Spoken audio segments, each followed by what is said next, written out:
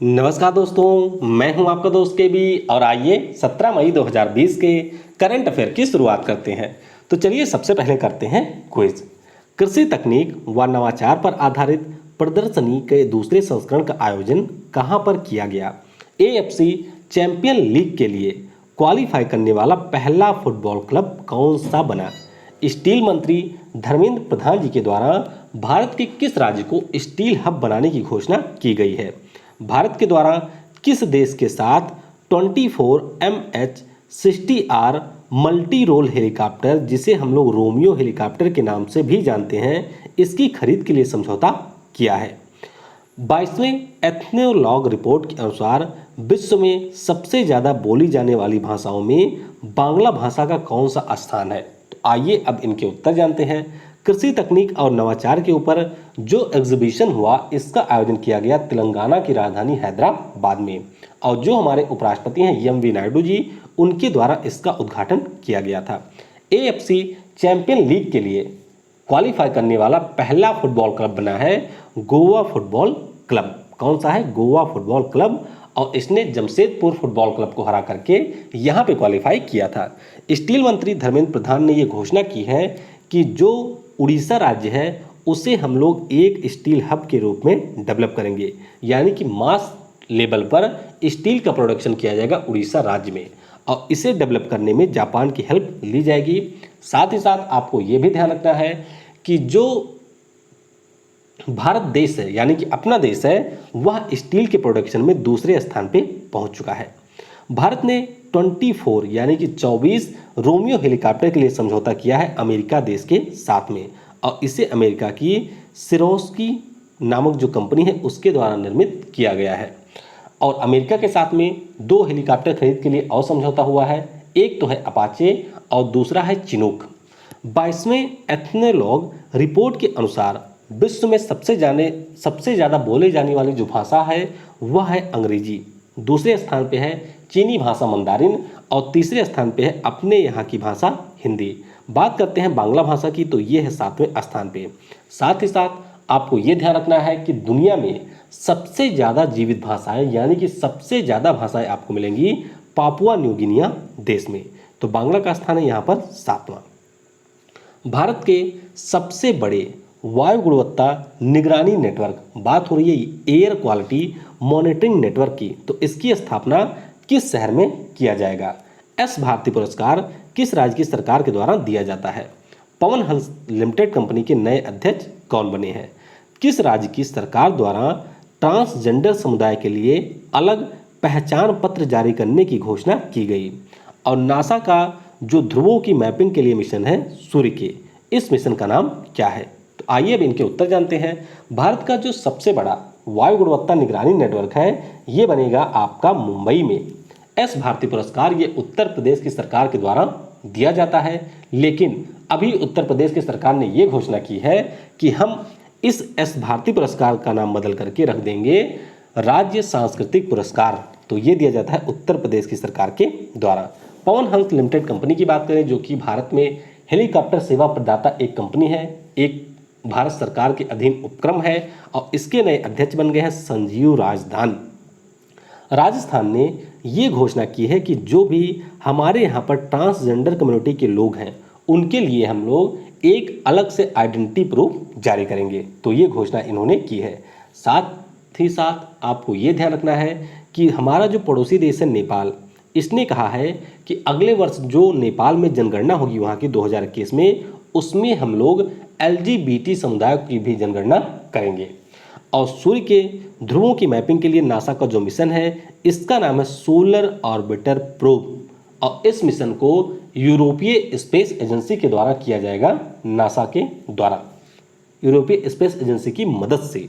और सूर्य के जो तूफान होते हैं उनके लिए नासा का मिशन है सनराइज मिशन। तो दोनों में आपको गलती नहीं करनी है। अगर सूर्य के ध्रुवों की मैपिंग के बारे में पूछा जाए तो ये आपका होगा सोलर ऑर्बिटर प्रोब, और अगर जो सूर्य पे तूफान आते हैं उनके बारे में पूछा जाए तो उसके लिए नासा का मिशन है सनराइज मिशन। किस राज्य में भारत के पहले ग्लास फ्लोर ब्रिज का निर्माण किया गया? कॉलेज ऑफ मिलिट्री इंजीनियरिंग किस शहर में स्थित है? किस राज्य की सरकार द्वारा कावेरी नदी बेसिन सुरक्षित कृषि क्षेत्र घोषित किया गया? भारत का 100वां हवाई अड्डा कौन सा है? और भारत में अगर हम लोग बात करते हैं मेजर पोर्ट की, तो उनकी संख्या है 13। तो भारत का 13वां पोर्ट कौन सा है? तो अब आइए इनके उत्तर जानते हैं। भारत का जो पहला ग्लास फ्लोर ब्रिज है, इसका निर्माण किया गया है उत्तराखंड राज्य में। कॉलेज ऑफ मिलिट्री इंजीनियरिंग, ये आपको मिलेगा पुणे में। और जो हमारा एक हेलमेट था पूरी तरीके से बुलेट प्रूफ, जिसका नाम रखा गया था पार्थ नाम था,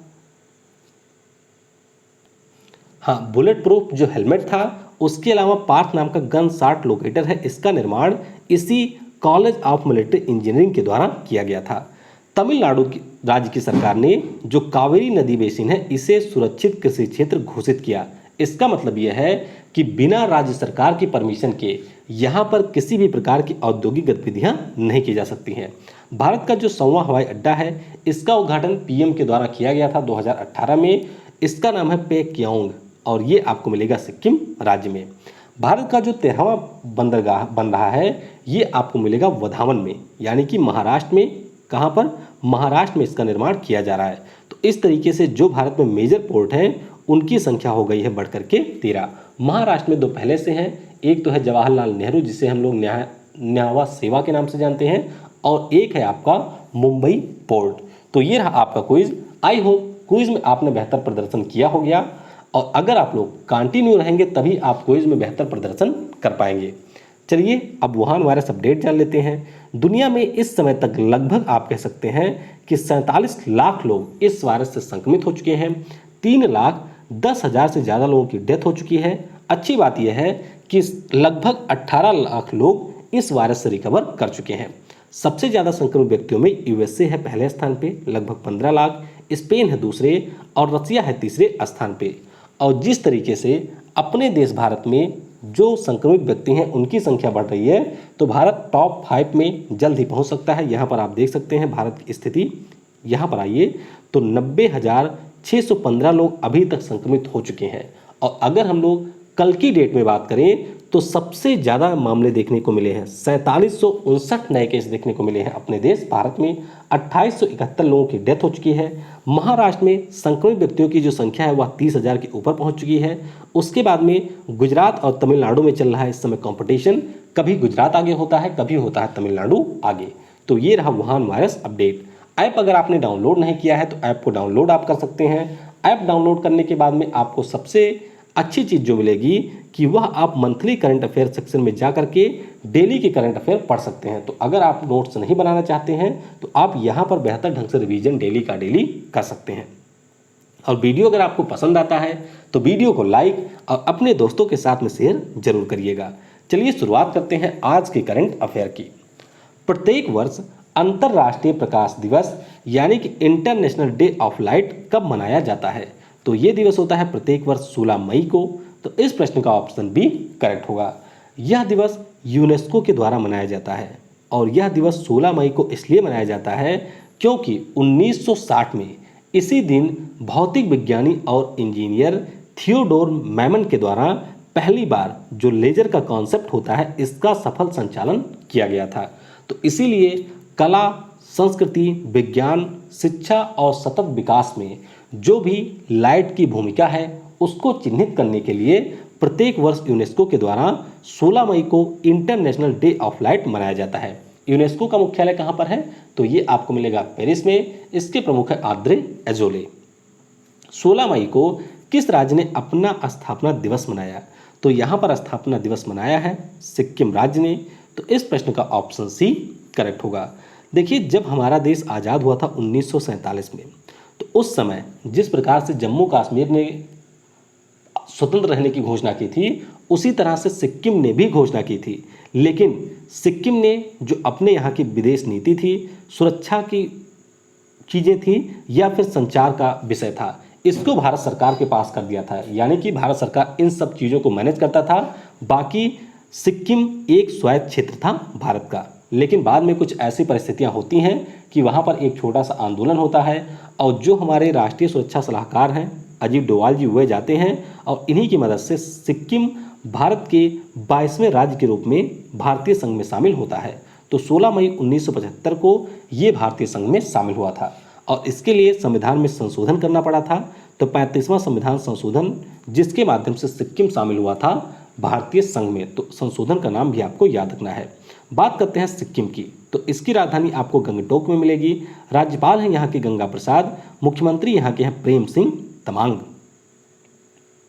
कोरोना वायरस से मुक्त होने वाला यूरोप का पहला देश कौन बना? तो यूरोप का पहला देश बन गया है स्लोवेनिया। तो इस प्रश्न का ऑप्शन ए करेक्ट होगा। स्लोवेनिया देश की बात करते हैं तो इसकी राजधानी आपको जुब्जाना में मिलेगी। मुद्रा है यूरो। राष्ट्रपति यहाँ के हैं बोरुट पहोर और जानेज जनसा यहाँ के पीएम हैं। और अगर आपसे ये पूछा जाए कि भारत का पहला राज्य कौन बना कोरोना मुक्त होने वाला, तो आपका उत्तर होगा गोवा। दूसरा राज्य है मणिपुर। तो स्लोवेनिया की लोकेशन आप देख सकते हैं, यहाँ पर है स्लोवेनिया देश जो कि इटली, क्रोएशिया, उसके अलावा हंगरी और ऑस्ट्रिया के साथ में अपनी सीमाएं साझा करता है। और स्लोवेनिया देश के द्वारा इन सभी देशों से लगने वाली जो सीमाएं हैं उनको पूरी तरीके से सील कर दिया गया है। किस देश ने भारत को दान स्वरूप वेंटिलेटर देने की घोषणा की? तो ये घोषणा की है अमेरिका देश ने। तो इस प्रश्न का ऑप्शन डी करेक्ट होगा। यानी कि अमेरिका के जो राष्ट्रपति हैं डोनाल्ड ट्रंप के द्वारा इसकी घोषणा की गई है। आपको याद होगा कि डोनाल्ड ट्रंप ने सबसे पहले भारत सरकार से मांग की थी हाइड्रोक्सी क्लोरोक्विन दवा की, और भारत सरकार के द्वारा अमेरिका को हाइड्रोक्सी क्लोरोक्विन नाम की दवा प्रोवाइड भी की गई थी। तो इसीलिए आप कह सकते हैं कि डोनाल्ड ट्रंप के द्वारा दान स्वरूप वेंटिलेटर देने की घोषणा की गई है। इससे पहले जो यूएस का centre for disease control and prevention है उसके द्वारा भारत को 3.6 मिलियन की सहायता दी गई, और जो वहाँ का यूएस एड है इसके द्वारा पहल प्रोजेक्ट के लिए 5.9 मिलियन डॉलर की सहायता दी गई।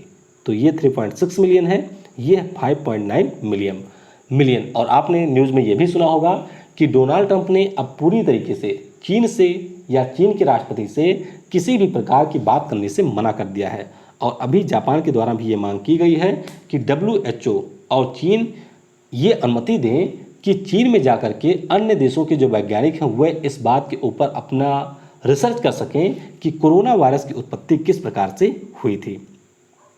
लैंडिंग क्राफ्ट यूटिलिटी शिप जिसका नाम है Indian naval landing craft utility L57, तो इसको कहाँ पर भारतीय नौसेना में कमीशन किया गया? तो ये आप देख सकते हैं इस शिप को, और इसे कमीशन किया गया है अंडमान निकोबार द्वीप समूह की राजधानी पोर्ट ब्लेयर में। तो इस प्रश्न का ऑप्शन डी करेक्ट होगा। तो इस प्रकार से भारतीय नौसेना में शामिल होने वाला ये 7वां लैंडिंग क्राफ्ट यूटिलिटी शिप है। और यहाँ पर पहली जो शिप बनी थी जिसका नाम था Indian naval light utility ship L51, light craft utility ship L51, इसे 2017 में शामिल किया गया था। तो कुल मिलाकर के 8 का निर्माण किया जाना था, जिनमें से 7 अभी तक निर्मित हो चुके हैं और इन्हें नौसेना में कमीशन किया जा चुका है। और इसे बनाया किसने है? तो बनाया है इसे कोलकाता स्थित garden rich ship builders and engineering company ने। कल हम लोगों ने डिस्कस किया था ICGS सचेत के बारे में। ध्यान रखिएगा, ये हमारा शामिल हुआ है भारतीय नौसेना में, और जो हमने कल ICGS सचेत के बारे में डिस्कस किया था वह हमारे भारतीय तटरक्षक बल में शामिल हुआ है। उसको बनाया है गोवा शिपयार्ड लिमिटेड ने। उसके अलावा 2 इंटरसेप्टर बोट भी थी, एक तो था आपका C450 और दूसरा आपका था C451। ये दोनों भी भारतीय तटरक्षक बल में शामिल हुई हैं। लेकिन जो ये C450 है इनका निर्माण लार्सन एंड टोब्रो कंपनी के द्वारा किया गया है। आदिवासी युवाओं की प्रतिभाओं को विकसित करने के लिए किस कंपनी ने गोल प्रोग्राम की शुरुआत की?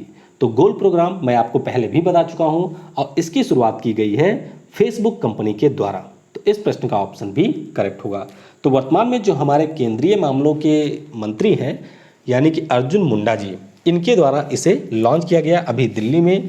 और गोल का मतलब है गोइंग ऑनलाइन एज लीडर। और इससे पहले जो गोल प्रोग्राम था इसमें जो हमारी आदिवासी समुदाय की महिलाएं थीं या फिर बच्चियां थीं आप कह सकते थे, उनको शामिल किया गया था। लेकिन अब इस प्रोग्राम को युवाओं के लिए भी शुरू किया गया है। तो जो भी प्रतिभावान युवा हैं आदिवासी समुदाय के, वह लोग यहाँ पर रजिस्टर कर सकते हैं।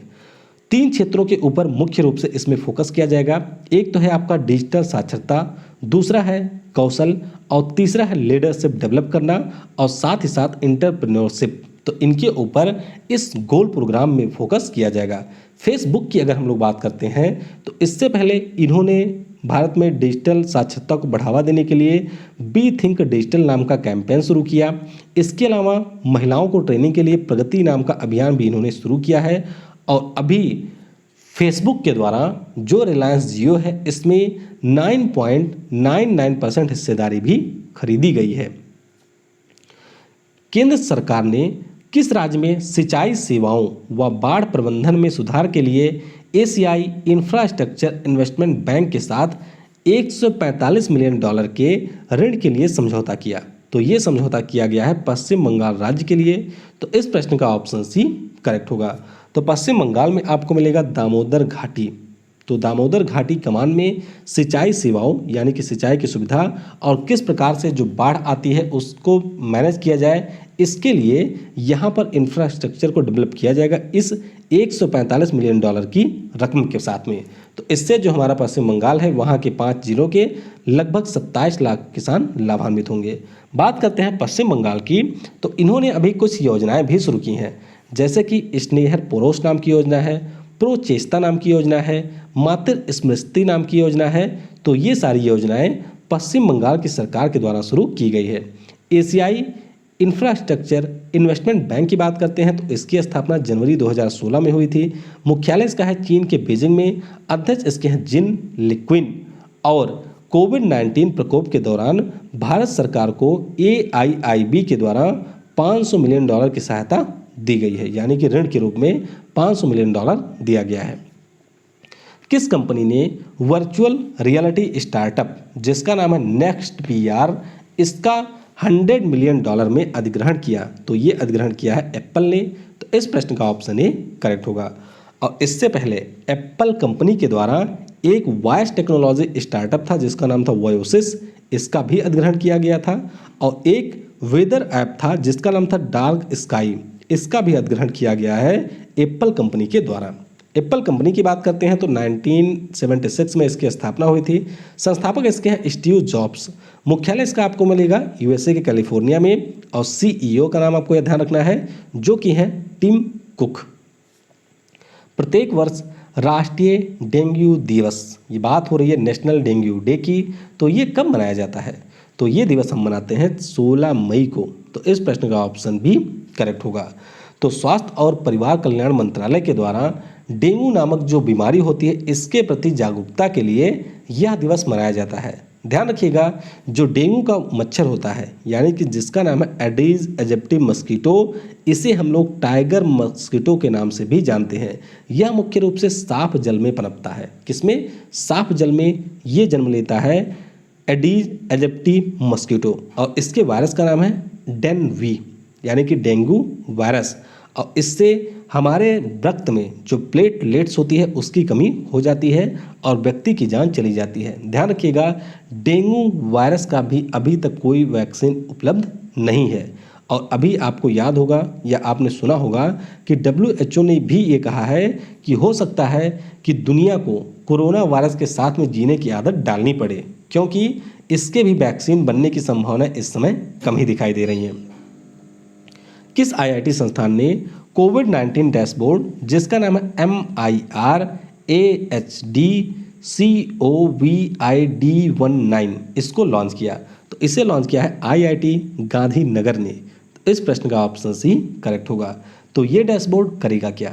तो इस डैशबोर्ड जिसका नाम है बड़ा सा, ये देख सकते हैं, इस डैशबोर्ड के माध्यम से लॉकडाउन के बाद में कोरोना वायरस के प्रसार को, यानी कि लॉकडाउन समाप्त होने वाला है 18 को, आपको पता होगा। तो इसके बाद में किस प्रकार से जो हमारे प्रशासक हैं यानी कि एडमिनिस्ट्रेटर हैं, जो हमारे अस्पताल के लोग हैं या फिर अन्य लोग हैं, उनकी मदद ली जाए कोरोना वायरस के प्रसार को रोकने के लिए और किस प्रकार से एक अनुकूलित तरीके से टेस्टिंग भी करवाई जाए। तो इसी के लिए यह डैशबोर्ड लॉन्च किया गया है IIT गांधीनगर के द्वारा। और आपको ये भी ध्यान रखना है कि IIT गांधीनगर के द्वारा प्रोजेक्ट आईजैक की भी शुरुआत की गई थी। आयुष मंत्रालय कोविड-19 के मरीजों के इलाज के लिए किस संस्थान के साथ मिलकर 4 आयुष योगों का परीक्षण करेगा?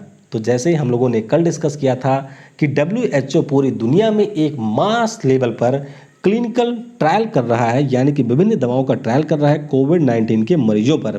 तो उसी प्रकार से अब हमारे यहाँ पर आयुष मंत्रालय के द्वारा भी 4 जो हमारे